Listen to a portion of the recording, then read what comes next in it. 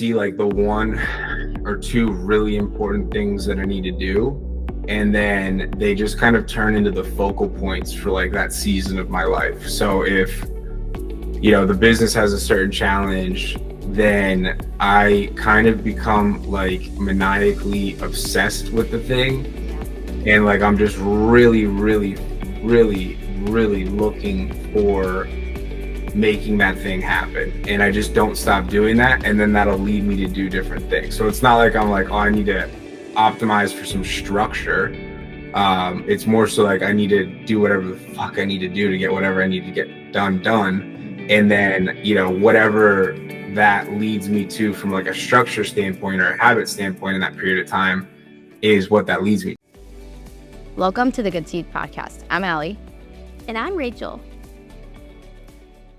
Hey guys, welcome back to another podcast. Today we're super excited. We have with us Luke Kish. We're going to get into his whole lifelong entrepreneurial sort of, what would you say it's a good word to describe this? An entrepreneurial empire that he has built. Yes, that's a great word. Yes, absolutely. Mm-hmm. So he's a lifelong entrepreneur with an insatiable appetite for growth. He has built and led massive sales organizations and is currently leading and the CEO of Warrior Babe, one of the biggest online fitness coaching companies in the world. So I'm super excited. Welcome, Luke. Thank you so much for taking the time. We know you're super busy, so we really, really appreciate you here today. How's it going? Hey, good. How are you? We're well. We're great. Great. Awesome. We're awesome. So let's get this going. I think a great start off would be like your upbringings. When did you start? How old are you today? And when was the first time you started, let's say, just your first company, and kind of walk us through that? Yeah, so I am 32 right now. I've actually never had a job, so I've never worked for somebody else. Oh, wow. When I was in middle school, I started like a landscaping company and just did like lawns in the neighborhood, and that was enough money in the 3 months to kind of sustain me for the whole year. And then, found just like little hustles through high school, and then went to college at San Diego State. And that was like a big party school. So there was always like live music events, and I would buy and resell tickets for them because students got them first and they would typically sell out. And then I got into sales when I was at the end of freshman year and did really, really well with it. Ended up building like a 65,000 person sales team, and we were doing like a couple $1 million a month in sales volume. Wait, what? And I was making, more money than, like, it was quite a big jump from landscaping and, reselling event tickets to friends to, being 19 or 20 years old and making 40,000 bucks a month. And I kind of got a little ahead of myself. I was just like partying and thought I was like, the bee's knees and just like spending very lavishly. And then that company had trouble. And I had like a bit of an identity crisis because I really tied myself into like that company. Yeah. And then basically just went on like a soul searching journey at like 22 years old. My parents were living in Singapore at the time. I stayed in San Diego for 5 years after leaving college, dropping out of college, and then just traveled. So, they were in Singapore. I spent 6 months there. I spent some time in Bali, spent some time in Thailand. And just was living off savings. And really, to be honest, I was just kind of lost. Like, I didn't know what I was going to do, who I was. And then that was like a very substantial period for me as far as like growth goes. I really inspected like who I was and what I believed and what I thought was true and what were my beliefs versus ones that like were given to me that I thought were my beliefs. So I kind of just tore myself apart in that period. Yeah. Lots of reading, lots of like personal development, journaling stuff. And then the savings basically dwindled out, and I had like a really expensive car for being broke at the time. Yeah. And I was like, I got to get my ass moving, right? It's time to like stop being on like a spiritual journey. So I had $7,000 in the bank, and I signed a lease for a $2,500 a month apartment, and I had a $1,400 a month car payment. And then that next month, I made like $100,000 selling stuff online. And then I did different like e-commerce stuff. This was in like 2016, 2017 when e-commerce was sort of easy. Okay. And had a couple, big months, $500,000 months, stuff like that in revenue, which was a new thing for me because I was used to being paid all income. Anyway, still was pretty much scraping by because I kind of never stopped spending the way I liked to spend. And was like, okay, I need to find something more long term. That's when I ran into Nikki at a gym. I saw a company called Lady Boss at the time that was doing like $1 million a month. And I was like, hey, I want to build something more sustainable. And I think I could build this business. Do you want to get more serious with it? And she said, yeah. And then, we built Warrior Babe. And, now it's a relatively big business. We've been doing more than 8 figures a year for the last 4 years, coming up on the 5th year now. And everything's going good. That's really impressive. I had no idea that you've never worked for anyone. Yeah. So you have no idea what being an employee is like. And that's badass. Always been the boss. Always. Boss from day one. What were you selling that you were making $100K a month in 2016? Was he like all kinds of stuff? I mean, it was like I would just set up these websites and Facebook ads where nobody was using them yet. So it really wasn't that I was skilled as much so as it was like good timing. And then like I understood sales and selling. So it was like I sold bottle openers at one point and did like $1 million in 2 months. But this is revenue, by the way. This isn't profit. I did dog hats. I did like dog stuff, like kitchen supplies. I did like just fucking all kinds of shit like that.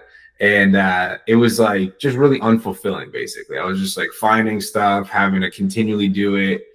It would work and then it would stop. And then I was like, all right, I want to do something more real. Yeah. I think that when we, especially in sales, it's such an uncertain, I guess, industry, because if you don't grind, like and I think there's no paycheck, right? So I think that when you're doing really, really well and you feel invincible and you're like, this is going to be my life forever. And then something happens and it just like, you realize that that's not how this works.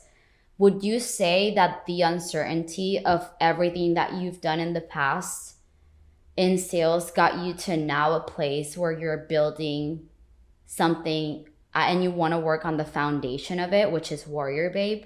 Like, what got you into the mindset of building a company and sticking to it? Well, no, not really, to be honest. I think like there's always some sort of paranoia that like things get stopped, but now I have endured that, so I'm not as naive. I've gone from making a bunch of money to no money and then pretty much going broke. And I think like once that happens, I'm naturally very ambitious, but I didn't have much like humility before that experience. But now that I have that experience, I kind of always feel somewhat like things could stop and that it relies on me to continue to make them go. And then it's just like thinking about how I can, have the highest likelihood of having something that's going to continue to go and work. But as far as like sales goes, and like that's for sure like where my background is, or like my core strength. I think that now once you have the skill set, you kind of always know you can make something work. Yeah, that's my the confidence. We were literally talking about this morning. Yeah, which is I was telling Rachel, I think that me coming from not really knowing sales, like my mom, she's always been in sales since I was a baby. She never talked to me about it. So I knew that she sold stuff, but I didn't really, I guess, understand what it meant. And my mom's a total badass. And she's still in sales and she has a company and it's all her. And she's very respected and very well known. But I think that when I started getting into it, which was actually like high ticket sales, the first thing that I walked into was Warrior Babe because I've never done this before. And when you build your confidence and you know that you have the skills to do it, you're pretty much like, I'm going to figure it out no matter what life throws at me because I know that I can. Because I have the track record to prove it, right? So I think that sales, if you're good at it, you have to be really like, there's no other way around it. You're a confident person. If you're good in Yeah. sales, you're a confident person. Yeah. Like, because you know it. 100%. So did you come like from an entrepreneurial family, or like what made you into this entrepreneur at age 13? No, I did not. I knew from a very young, like my parents would have arguments around money. Um, and it wasn't because we weren't like middle class or like upper middle class, I guess you could say. It was just like my dad's frame on money was very like, don't spend it. You know, he took a very he was really, really poor when he was young. Like, he was like, Okay. like almost like skipping dinner poor when he was young, and that just kind of is stuck in him somewhat. Right. My parents are very secure now, and they're like, you know, totally in a good spot. But that's because of how he managed his finances, and he did it really, really responsibly and very, very like by the book. But I knew from a young age that I just wanted to make money. And I think that just and be an entrepreneur. And I think that just, it was just like a fun thing for me. It was like the idea of building things is super fun. I like to have fun. You know, it gives me satisfaction to like think of something and then see it come to life. And that's just always been my natural inclination. And I think I'm just somewhat naturally like, I don't know, in my genes or something like that. I'm just like, I just tilt towards that direction. Like I've always been like the leader, I guess you could say. So in all my friend groups and, you know, social circles I've been in, it's typically I've always been the person who's like directed what we should do, even if it was like, where are we going tonight? You know what I mean? Or like, hey, what should we do on this trip, or whatever it is. That just kind of has always been where I fit in things. So yes, it's just natural. I love that answer, because I think it's a question I get asked a lot from like sales training or sales, like people that are in this space, and they're just like, you're so confident. Like, what book do you read? Like, what mindset thing do you do? And I'm like, I've always been like this, dude. Yeah. Like, I don't have a great answer for this question, because I think that I can't tell you like when I noticed that I was a confident person. Like, I've just always thought that, you know, I'm the not shit. something intentional. And, yeah, and that's basically it, right? Been. Yeah. And like what everyone else thinks about me is like none of my business, which is another thing that comes into when you have actual confidence. But I love the answer, because some people think that there's this woo-woo thing that you have to do to like actually be a Tony Robbins or a like it. Not really, not necessarily. Some people are just born into it. Like, I truly believe that. Do you feel like people learn to become an entrepreneur, or is it something that you're literally born with? I think you can. But I think like you have to follow your true nature at the end of the day. So, you know, it's like if somebody can't like handle stress or responsibility or you know, high intensity or stuff like that, then maybe they're just not better suited. You know, like some people would be super happy and content with, you know, certain things, and then certain other people are super happy and content in other things. So I think it's just, you know, self-awareness, like where are you, and like what do you want to do at a deeper level than like what your mind thinks you should do, kind of thing. Yeah. That's a great answer. That is. What about the habits? Like, we were really curious about asking you about, because we know you're big on this. Yeah. So mindset, habits, like if you stick to something daily, what is it? Like, to perform at such a high level, to be able to manage the stress and the high intensity. You have a lot going on. Yeah. So, I mean, to me, it's more so like I typically will just see like the one or two really important things that I need to do.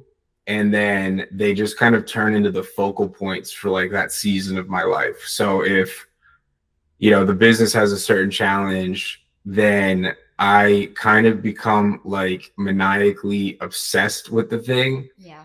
And like, I'm just really, really, really, really looking for making that thing happen, and I just don't stop doing that, and then that'll lead me to do different things. So it's not like I'm like, oh, I need to optimize for some structure. It's more so like I need to do whatever the fuck I need to do to get whatever I need to get done. Mm-hmm. And then, you know, whatever that leads me to from like a structure standpoint or a habit standpoint in that period of time is what that leads me to. Like right now, I'm trying to do something, and it's like, it's very much so like, you know, I just need to do whatever I need to do with whatever the thing is at the time. So it's and then obviously like I'm just, yeah, all the obvious shit. So I'm very dialed in with like nutrition. I'm very dialed in with fitness. I'm very dialed in with like the shit that I let into my mind. But that's almost just no matter what at this point. It's not like something I have to think about. Sleep is good. I got a bunch of stuff that helps me, you know, feel good and healthy and high energy. But outside of that, it's like, what season are you in and what are you trying to accomplish? And then like make that the total focal point of your existence, and then everything orients itself into that direction. And then what I've found is you typically figure out how to get it if you just hold it there. So what I'm hearing you say is like the basics are your foundation, like sleep, working out, nutrition, like that's automated for you at this point, where now all of your energy is going into solving whatever problems in front of you. Yeah, exactly. Yeah, that's pretty cool. So do you feel like we did a podcast about this, like I hear you just talking about your obsession, and by kind of knowing you and following you on social media, I know how obsessed that you get. So do you feel like there's such thing as balance whenever you're looking to be successful? No, I don't think so. Definitely not if you want to be really successful. Right. Like you can be like mediumly successful and balanced, but I think anybody who's really great kind of has that same thing. Like it's like, you know, if you have something important, you just got to get it done. Like it's not like, oh well, I gotta go to bed at, you know, 8:30 tonight and, you know, wake up early so I could do something. It's like, well, you might have somebody who needs to talk to you at 10:30 and you just gotta fucking talk to them at 10:30, and then you might have to skip the gym for a whole week because you gotta just go ham into something because you just need to. And that's how I think of it. So I think like maybe overall there's a balance. Like if you zoom way out, it might look more balanced, but I think there's like seasons that you have to go fully into. So if you're in a season, you're in a season, and you have to fully go into that season. And that could be like totally unbalanced, and, you know, it's getting it done. Yeah. I feel like I get very obsessed, like, and I thought before, I guess, walking into this world of like sales, that was a bad thing. But I'm now understanding the why behind it. Like, I feel like, and it might not be a great thing, but I get very tunnel vision and I just obsess over this thing until I figure it out. Like, if I can't figure it out, like, I mean, there's not a thing that I probably can't figure out, because I'll work so hard that I'll figure it out, like, eventually. And I'm aware that time, like, there's going to be a time lapse in that, but being obsessive over whatever thing you're trying to accomplish will get you to eventually accomplish the thing, because you don't stop. So I think that the main thing that I've seen in the short time that I've been in this space, I guess, the top performers are always obsessed. The top performers, like, you can never beat hunger. Like, hunger beats skills. Hunger beats everything. Why? Because it'll get you there. So I think it's one thing that I see again and again come up with really high performing people and people that are well known, like, around the world. They just have this insatiable hunger. Right. Like, when you're doing great, everyone else is really impressed with what you're doing except yourself. Right? So it's like, I think it's really one of the main characteristics that I see really high achieving and high performance have. Like, they're not impressed with themselves. And I can, like, think that I'm great and all these things, but at the end of the day, I'm like, what could have I done better? Like, my main competitor is always myself, right? So it's like, I really always want to outwork myself. And if that means, like, not sleeping, like, again, this not having the balance of it, not sleeping. It happened to me like 2 weeks ago. Dude, I was in bed for literally 2 weeks. Like, I died for 2 weeks. And it hadn't happened to me in, like, ever. I don't know when. But I didn't stop. I went ham. Like, I was, like, not sleeping. Kids were sick.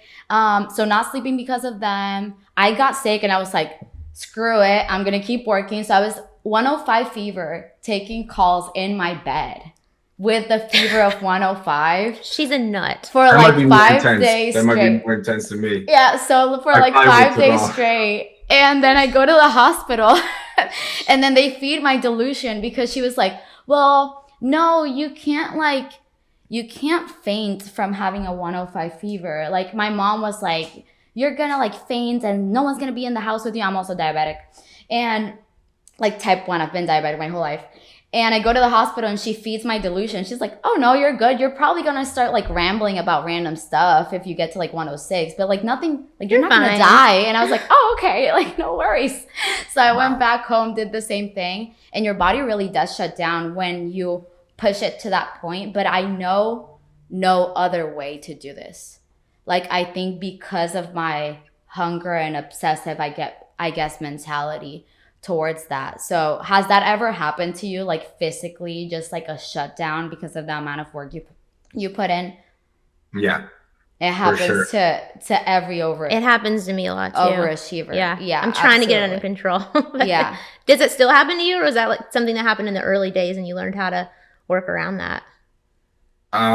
More I think in the early, no, like it happened to me like a month ago. Really? To be honest. Yeah.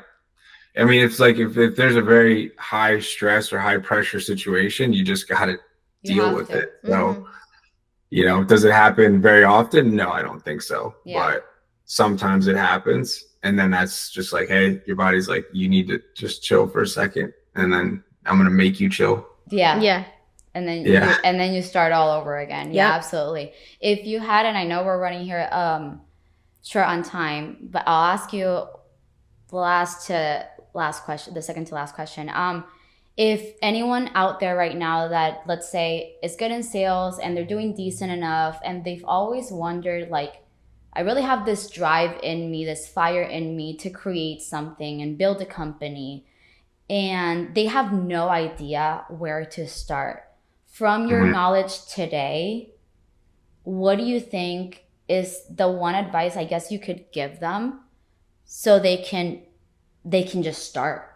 Like they can start doing something today to fulfill that fire that they have within them to build something.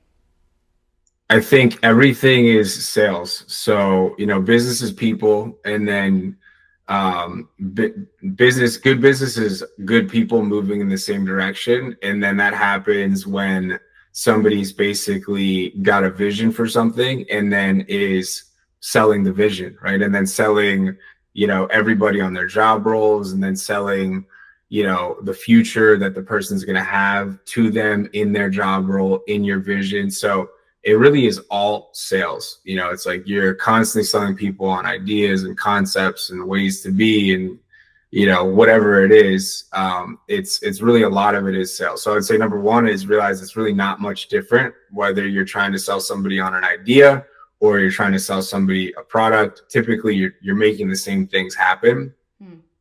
Number one. Number two, I would say is there's much more to building a business than just sales. So there's a ton of other stuff. And so there you need to kind of know what you don't know, or try to know what you don't know. And that's where you got to bring other people in. There's lots of upsides to doing sales and lots of upsides to doing business. And there's lots of downsides to doing business and lots of downsides to doing sales. So, so once again, it's another self-awareness thing, knowing that it's not really, really that much different because you're just selling. And then number two is knowing that although it's not different, there's way, way, way, way more to it. And a lot of other skill sets that you either need to become familiar with, probably become familiar with either way, but then have a team around you that can handle a lot of stuff that's outside of just sales.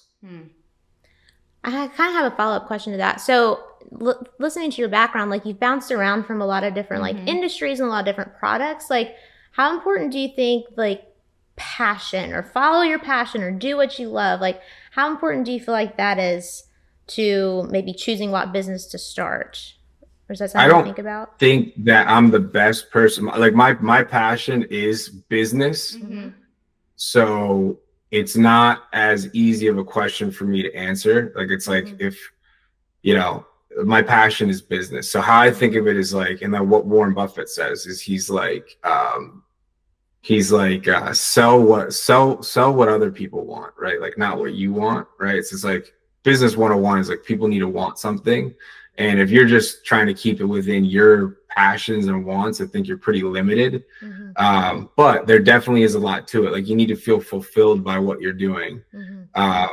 So, but I don't think necessarily you have to hit it on the first one. It's like so many people think they're just going to like start a business and then that one business is going to be the business. And the amount of times that happens is probably like less than like 1,000% Typically, you see someone who's got something going on. It's like it was their 10th or 15th one, right? And it's like you gotta eat and you gotta survive. You have to make money, and if that's not in your passion, I don't think that that's a bad thing. But then it also doesn't mean that you can't work yourself in that direction. So I think it's important to enjoy what you're doing and have like a sense of satisfaction and fulfillment out of what you're doing. I don't think it's 100% necessary from a business standpoint, especially if you like or are passionate about sales or business. Then like, then it's like, hey, you're passionate about sales or business. Then like, everything is a business, right? And everything has sales. So like, there's a lot you can be passionate about there. I don't think it's binary. Yeah, I think that's a great point. And whenever you look at a lot of like the most successful people, like they didn't just do one thing, and to your point, like they didn't just have one passion and then it just turned into some multi-million-dollar business. Like you just gotta, like, I guess, balance like opportunity and timing and logic with all of your interests and what can you see yourself doing in the long term. Like what can provide longevity. Yeah, and then working yourself in that direction, because I do think it's important that you enjoy what it is that you're doing, because it's hard to work really hard on something that you don't enjoy what you're doing. So I do think it's important to find something that you enjoy. Yeah. Or you won't be as successful. You just won't. You won't last. Yes. Yeah. Like you will burn out easily. Yeah, absolutely. 100%. 100%. Well, I know we're short on time. We could talk to you all day long. But last question we have for you. So if you could turn back the clock 10 years and plant one seed in yourself, what would that be?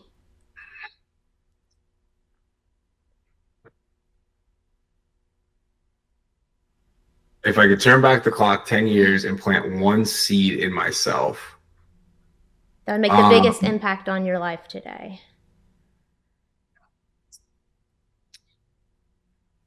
To be honest, I feel like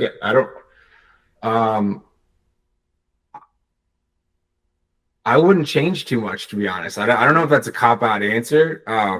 I will say this. When I was very young, I have a very, very repeated, consistent memory from my dad, like very young, from like 4 years old to like probably till like I left. He used to always say, Luke, remember, you can do anything you put your mind to. Luke, you can do anything you put your mind to. Luke, you can do anything you put your mind to. Luke, you can do anything you put your mind to. So that seed was planted, and that was a really good seed. So I'm happy with that seed. And I think that, how my life is happening is all for me. Even the bad stuff, even the mistakes and the challenges and the things that, you could say, oh, well, if I would have thought this, maybe I'd be further ahead, but it's like, I'm not, and this is where I am. So, everything happens to me and, or for me, not to me. Sorry. So I'm happy with that. But like I said, like that was a seed that got planted that I think was super, super, super impactful for me from my dad. I love that. My dad planted the same seed in me too. Yeah. That's cool. It's a mindset thing when you have kids. We were talking about this earlier today. I was telling Rachel that I was teaching my 4-year-old what a deal is. So I'm teaching him to negotiate with me. So I was like, you want a deal? And he's like, what's a deal, mommy? And this was like 2 months ago. And I was like, I give you something, you give me something back. That's a deal. And so now, whenever he's like not behaving, he's like, mommy, can I get a deal? It's really cool because he's 4 and I'm trying to teach him, and I will teach both of them how to do sales, even if they don't like it. I think that sales goes such a long way. Like it's just communication, psychology, you know? So Yeah, I think that's awesome. a seed that I'm going to start planting in them as well, because it gives you, if you start young, it goes a really, really freaking long way. Yeah. Thank For you sure. so much for Thank your time you. today. You want to take You're it welcome. off? Yeah. Yeah. Well, thank you so much. And thank you guys for listening. If you haven't already, please subscribe and follow along on social media at The Good Seed Media. See you next week. Thanks, guys. Be sure to hit that subscribe button and follow along with us on social media at The Good Seed Media. And stay tuned for all the updates and more information.